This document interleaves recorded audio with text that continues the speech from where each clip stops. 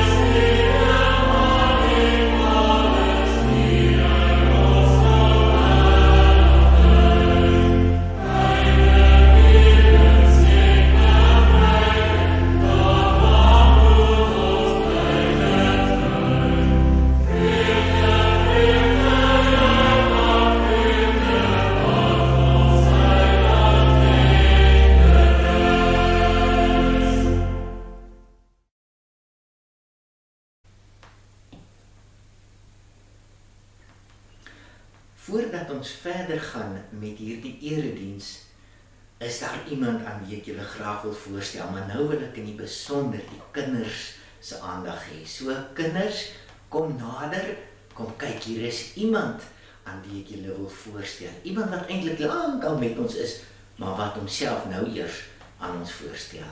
Kom ons kyk na hierdie kort video.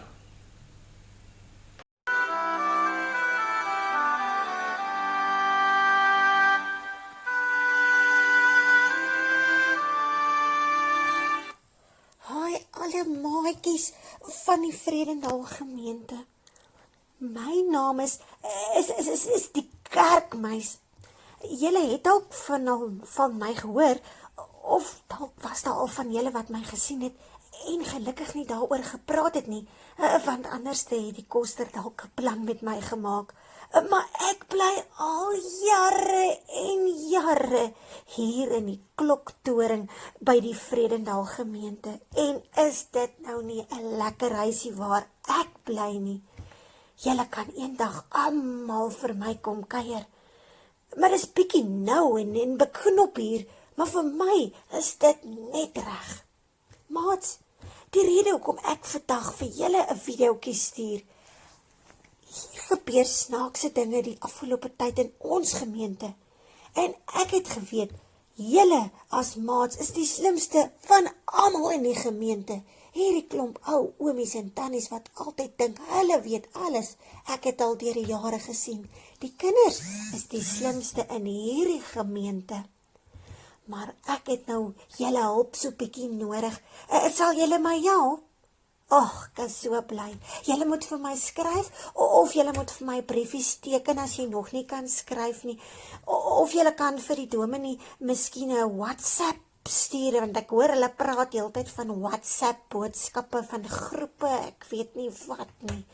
Maar maats, vreemde dinge gebeur in die gemeente, en ek wil gou vinnig vir julle van 'n paar van hierdie vreemde goed vertel, en dan moet julle asseblief vir my laat weet wat dit kan wees, hoekom al so vreemd is. Die dominees kom stap hier in die kerk in, nee maats, julle sal dit nie glo nie. Dan is hulle aangetrek met 'n tas, ja maats, met 'n tas, en hulle kom sit die ligte aan, hulle praat, hulle speel musiek, maats, hulle hou 'n hele erediens.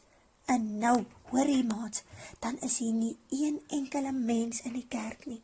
Ja, kan jy glo, nie een enkele mens nie, maats, ek verstaan dit nie.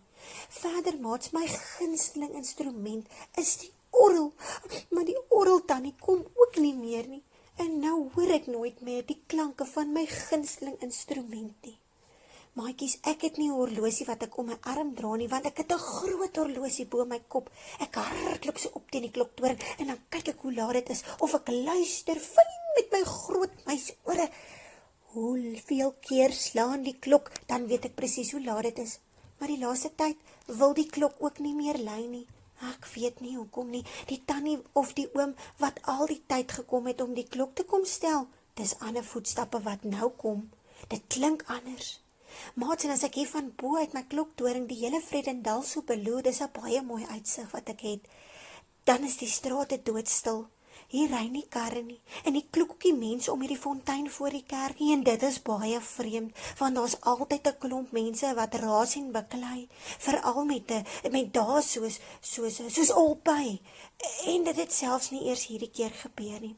Maats, nog 'n hartseer ding wat gebeur het is, ek sien elke jaar vreeslik uit na Paasfees. Paasfees is my hoogtepunt, want dan eet ek hierdie maagpensie van my trommeldik van al die Paasfeesbroodjies wat julle geniet met nagmaal. En hierdie jaar met nagmaal was hier nie een enkele mens eers in die kerkgebou nie, en hier was nie eers een enkele stukkie brood nie. Maatjies, ek moes honger gaan slaap hierdie jaar met Paasfees, en dit het ek glad nie verstaan nie. Maar dalk sal julle my kan help, en dalk sal julle kan sê hoekom als net ewe skielik so vreemd is. Maats, ek mis julle. Sondag is my hoogtepunt as die kerkklokke so lui, en ek weet, dis Sondag, die maatjies kom kerk toe, en ek gaan hulle sien, ek gaan al hulle vrolike gesiggies sien, en hulle mooi kleertjies, en hulle skoentjies, en party sonder skoentjies. Maatjies, ek mis julle gesiggies. Asseblief skryf 'n briefie of teken 'n prentjie, en laat weet vir my Kerkmeis, wat is in die wêreld aan die gang en wat is by ons kerk aan die gang, dat ek julle nooit sien nie. Verlang julle. Tata!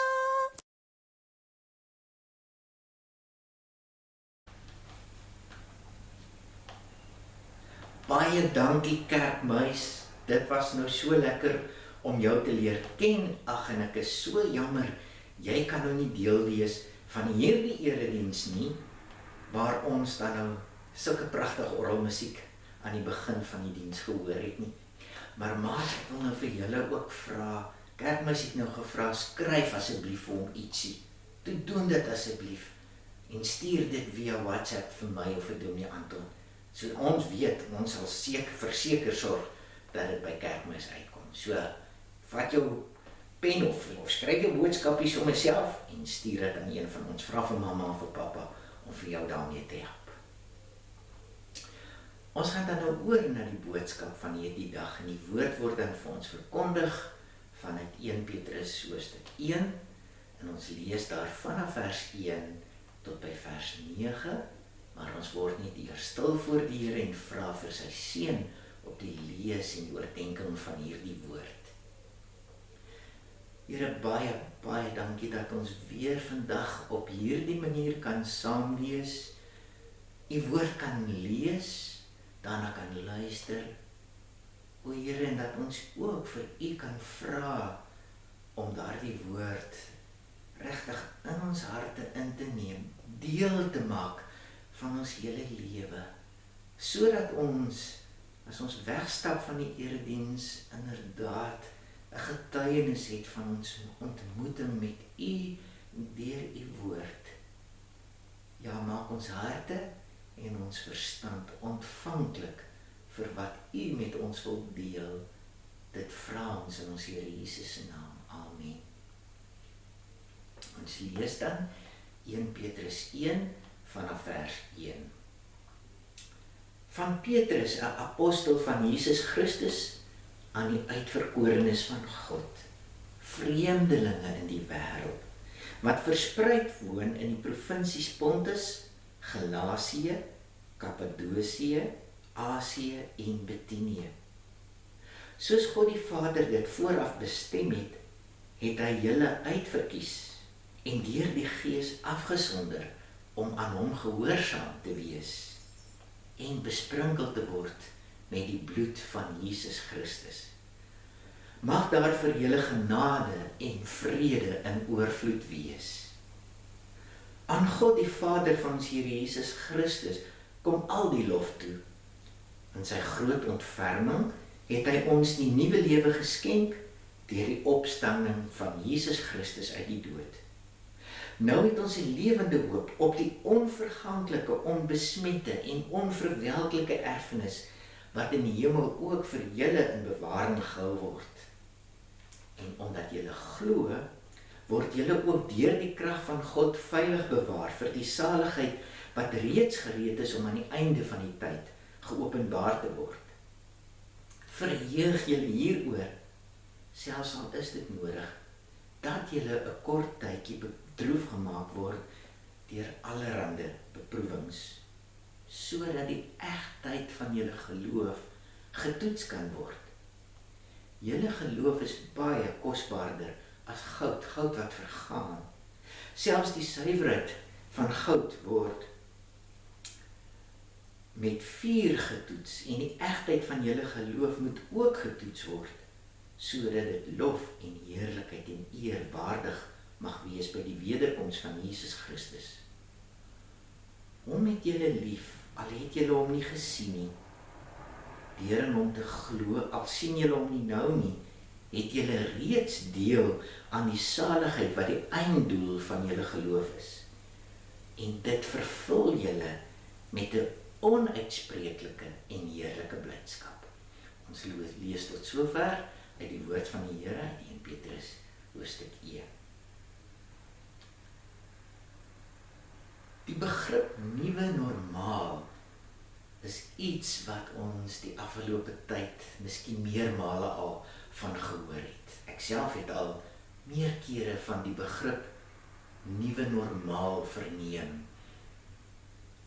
En dan glo ek gaan dit daaroor dat ons 'n tyd betree wat nie weer dieselfde gaan wees as die tyd waaruit ons gekom het nie. Dat die tyd nou na die COVID-19 pandemie, kom ons sê die tyd saam met die pandemie en daarna, dat dit die nuwe normaal is. Dat ons nie weer gaan terugkeer na dit wat ons geken het as die ou normaal nie. Nou weet ek, dit is miskien iets wat ons nie wil hoor nie. En ek moet eerlik sê, dis ook nie vir myself iets wat vir my so lekker klink nie. Mens wil ons graag terugkeer na dit wat bekend was, na dit wat jy mee gemaklik was. Jy wil graag na jou ou gemak sone toe teruggaan. En nou hoor ons van 'n nuwe normaal. Nou hoor ons van iets, of die voorspelling is dat dit wat ons nou tegemoet gaan, definitief nie weer dieselfde gaan wees as dit waaruit ons gekom het nie. Ja, nou weet ek nie presies hoe jy daaroor voel nie, maar vir my laat dit tog 'n bietjie onrustig voel.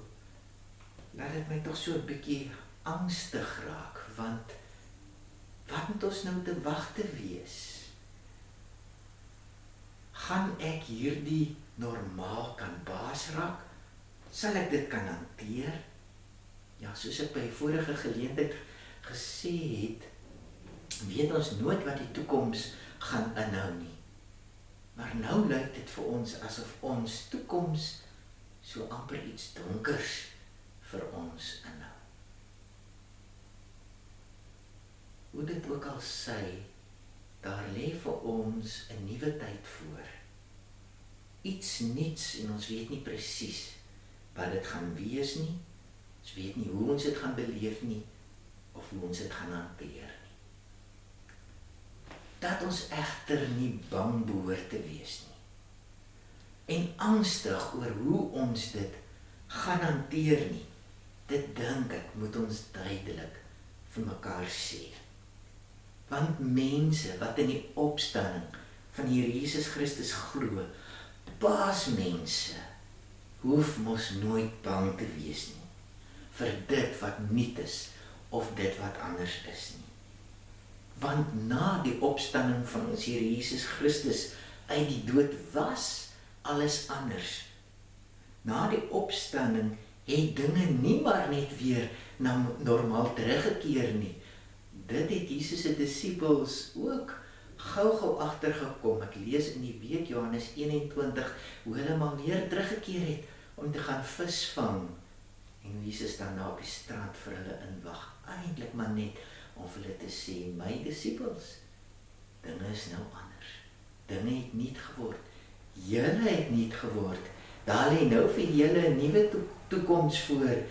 'n nuwe toekoms waar julle werklik nou nie meer vissers van visse gaan wees nie, maar vissers van mense.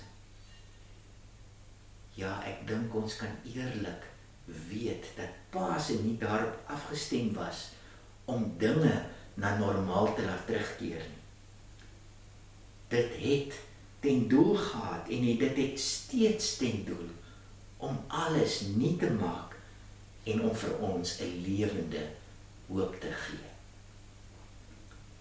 Die begin van Petrus se eerste brief spel dit vir ons so mooi uit en ek wil jou nou uitnooi om saam met my die skrywer se gedagtegang te volg. Die mense vir wie Petrus geskryf het, was ook mense wat destyds baie swaar gekry het en in hulle geval het dit gepaard gegaan met hulle aanvaarding van die evangelie van Jesus Christus wat vir hulle uitgestoot het uit die destydse samelewing. Hulle was vreemdelinge, sê Petrus ook mos daar in die begin van sy brief, en hulle het daar die vreemdelingskap baie intens ervaar, hulle het die uitgestotenheid ervaar, maar hulle lyding was nie net psigies van aard nie, dit was ook fisies van aard, want hulle was dikwels die armes in die omgewing, of armes in daardie samelewing, so hulle het soms selfs broodgebrek gely, en dan ook in sommige gevalle is hulle weens hulle geloof vervolg en gemartel. In 'n groot deel van die brief dan probeer Petrus juis om vir hulle te bemoedig, om vir hulle in hulle lyding by te staan, om vir hulle op te help, om vir hulle ook perspektief te gee aan dit wat hulle ervaar. En een aspek wat hy belig ten opsigte van hulle lyding en waarvan ons dan nou baie spesifiek ook hier lees, is dat hy vir hulle sê, julle lyding is eintlik 'n toets vir julle geloof.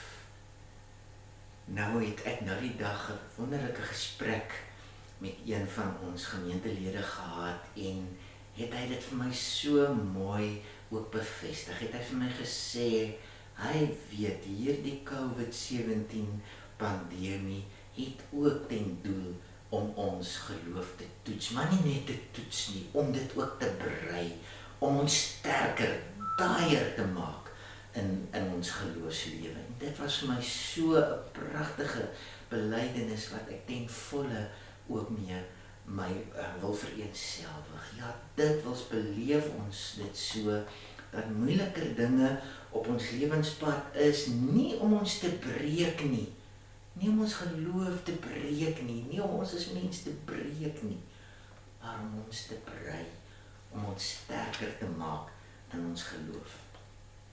En daarom sê Petrus, daarom hou ons uit, daarom laat ons nie onderkry nie, daarom gaan ons nie lê nie, daarom volhard ons in ons geloof. Nou hierdie geloofsvolharding is egter nie net omdat ons hierdie perspektief op ons lyding het, naamlik dat dit ons wil toets of dat dit ons geloof wil brei of sterker maak nie. Petrus kom met nog 'n sterker motivering na vore. Hy sê dat ons 'n lewende hoop het op ons ewige bestemming. Sjoe, ons kan die swaar kry van die hede uitstaan en ons kan vasstaan in ons geloof, nie net omdat dit iets is wat ons op hierdie stadium toets en brei nie, maar omdat ons die hoop het op iets heerlikers, iets wat tot in ewigheid nie kan vergaan nie en waarvan die heerlikheid nooit geskaad kan word nie, ons hemelse erfenis. Ons kan die moeisaamheid van die huidige woestynervaring kan ons deurstaan, kan ons deurleef, omdat ons weet dat die groen gras en die soet water van ons ewige oase vir ons wag. Daardie lewende hoop word aan ons gewaarborg deur Jesus Christus se opstanding uit die dood. Dit wil Petrus sê moet sy lesers mooi weet, dit moet ons weet. Saam met die kruisiging was die opstanding God se radikale ingryping om die wêreldgeskiedenis in 'n ander koers te stuur. Kom ons luister weer na vers 3. In sy groot ontferming het hy ons die nuwe lewe geskenk deur die opstanding van Jesus Christus uit die dood. Dan die meer direkte vertaling, dit is hy wat ons in sy groot ontferming deur die opstanding van Jesus Christus uit die dood opnuut verwek, sodat ons 'n lewende hoop mag hê. Opnuut verwek, sodat ons 'n lewende hoop mag hê. Die werkwoord wat hier gebruik word is dieselfde, of is die werkwoord vir wedergeboorte, nie? Ons in ons sondige gedaante is saam met Christus gekruisig. Dit is nou hoe Paulus daarvan praat. Petrus sê, ons is met die bloed van Christus besprinkel, maar wat net daarop neerkom, in ons sondige menswees het ons saam met Christus gesterf en is ons as nuwe mense tot nuutheid opgewek saam met Jesus Christus uit die dood. En dit, geliefdes, maak ons anders. Dit maak ons mense wat met hoop leef, wat in die werklikheid met al sy seer en sy pyn en sy ongemak dit alles in die oë kan kyk in die wete. Ons is God se nuwe skepping. Ons lewe, loop ons lewenspad saam met God wat vir ons nuut gemaak het. Ons is vreugdevol en ons is op pad na ons ewige tuiste saam met God in die hemel. Kom ek vat net gou weer Petrus se gedagte gang saam. Hy sê vir ons duidelik, lyding is dikwels deel van ons lewensbestaan. Ook vir ons as gelowiges. En dit het vele gestaltes. Maar lyding is nie sinloos nie. Die swaar kry van vandag is nie sinloos nie. Want ons leef in 'n verhouding met God en in 'n verhouding met God is niks sinloos nie. In die proses van lyding brei God ons, toets hy ons geloof en ons volhard in ons geloof omdat die opstanding van Jesus Christus vir ons nuwe mense maak met 'n lewende hoop op ons ewige heerlikheid. Dat die mensdom nou deur 'n geweldige moeilike tyd gaan is so, en dat die net van die ervaring van COVID-19 al hoe nouer gespan word, is ook so. Ja, dit was eers iets daar ver in China en die ander verre oosterse lande, en toe kom het 'n bietjie nader daar noorder van ons na Europa toe, en toe sprei dit uit na die VSA en kom dit selfs tot in Suid-Afrika, word ons een van die eerste lande in die suidelike halfrond waar dit duidelik nagespoor word. Ja, en nou is die net al so nou gespan, want dit is nou al hier in ons eie omgewing, hier op Vredendal. Dit raak nou aan ons eie lywe.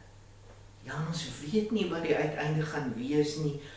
Ons weet ook nie wat die nuwe normaal gaan inhou nie, maar geliefdes, dit behoort nie vir ons bedreigend te wees nie. Soos alle onsekerhede in ons lewe, is dit 'n geleentheid. Ja, nes grendeltyd is die nuwe normaal ook vir ons 'n godsgeleentheid, waarin die uitdaging aan ons gestel word om as opstandingsgemeenskap hoopvol te leef vanuit die werklikheid van Jesus Christus se opstanding uit die dood wat ons nuut gemaak het. En daarom is die uitdaging vir ons ook om voort te gaan, om ons te beywer vir God se koninkryk. Matteus 6 vers 23 is die uitdaging dat ek en jy steeds sal voortgaan om ons unieke bydrae te maak om Jesus Christus se heerskappy in ons eie lewe en in ons wêreld, ook in ons nuwe wêreld met sy nuwe normaal, om dit te proklameer.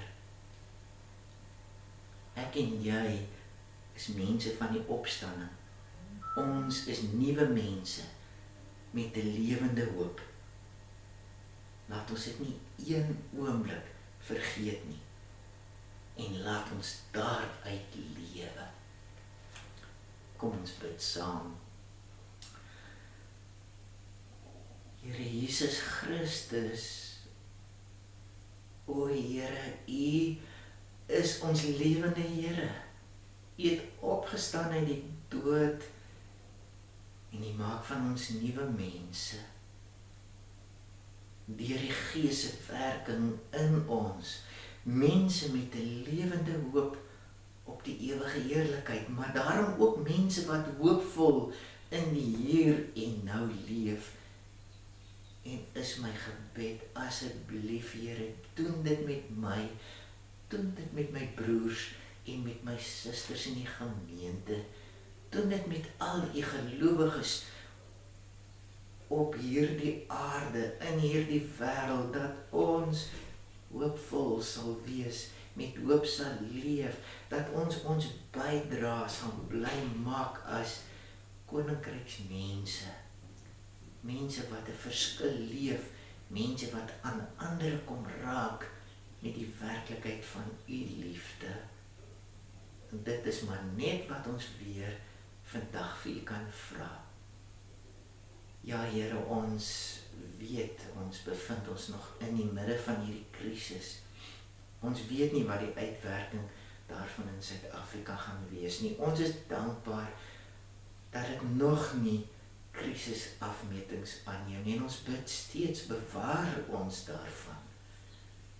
Maar hoe die pad ook al vorentoe mag uitspeel, Here, ons Here, U is ons Here.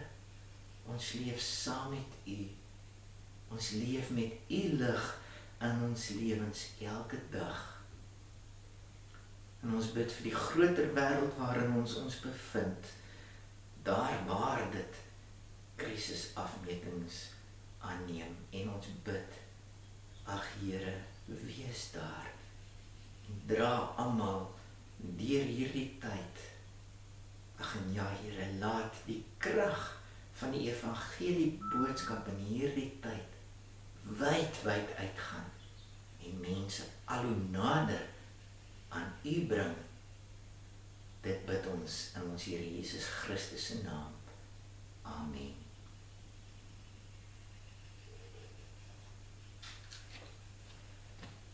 Ek lees dat aartsbiskop Desmond Tutu iewers sou gesê het, hoop is die vermoë om ten spyte van al die duisternis lig te sien. Kom ek sê dit weer, hoop is die vermoë om ten spyte van al die duisternis lig te sien. Een van die nuwe liedere in ons liedereskat, ook 'n vonklied 277, besing dit so pragtig. U is die lig wat in die donker skyn.